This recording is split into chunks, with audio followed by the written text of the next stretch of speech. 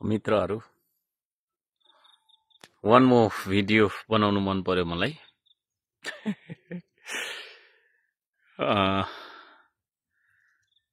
बडो अचम्म पनि लाग्छ। देशमा अत्यन्तै ठूलो आन्दोलन भयो 82 साल भदौ महिनाको तपाईको चाहिँ नि 23 र 24 गते, जसले सत्ता त पल्टियो हैन। तर यो आन्दोलनमा जेनजीले जित्यो कि हार्यो? जेनजीको आन्दोलन भन्थ्यो। जेनजी भन्ने बित्तिकै चाहिँ अब यहाँनिर 2-4 जना मान्छेहरू म लिडर हुँ भनेर यता त्यता गरिन्छन् हैन। उनीहरू अब यो बारबारा फाउन्डेसन खोइ के भन्नेहरूसँग संलग्न भएर विदेशी तपाईको चाहिँ नि सेटअपबाट हिँडेको भन्ने कुराहरू आएको छ। तर जेनजी भनेको कुनै व्यक्ति नभएर, कुनै संस्था, कुनै निकाय, संगठन नभएर यो चाहिँ पुस्ताको नाम हो। Gen Z, generation Z, the latest generation भनौं न हैन। युवा पुस्ताले गरेको आन्दोलन। त्यो पुस्ताले गरेको आन्दोलनमा पुस्ता जित्यो कि हार्यो त? जेनजी जितेको कि हारेको?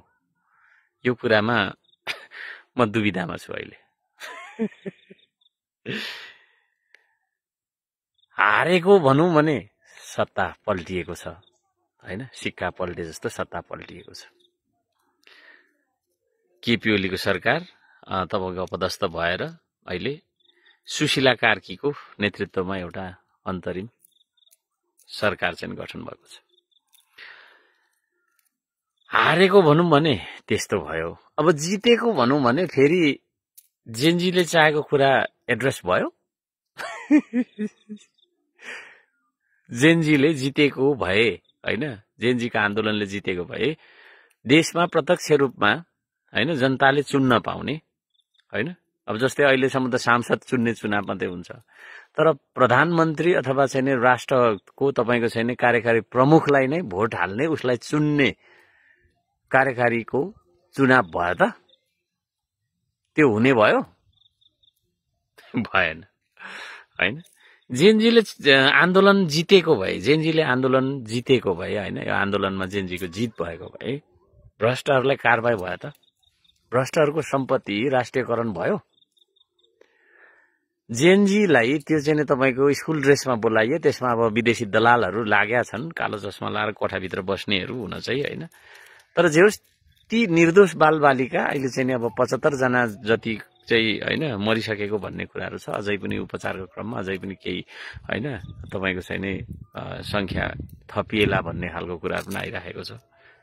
कामना गर्छु त्यस्तो नहोस्, सबैको स्वास्थ्य लाभ होस् भन्न चाहन्छु। त्यति धेरै मान्छे विद्यार्थीहरूलाई चाहिँ नि तपाईको टाउकोमा छातीमा गोली हानेर मार्नेहरूलाई कारबाही भयो? भयो कारबाही कि भएन? अनि जेनजीले जितेको भनौं भने जितेको पनि होइन।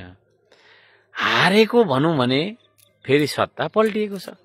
भनेपछि यहाँ जित्यो चाहिँ कसले त भन्दाखेरि यहाँ जित्यो डिजाइन बनाउनेहरूले जित्यो हैन। विदेशी दलालहरूले जिते।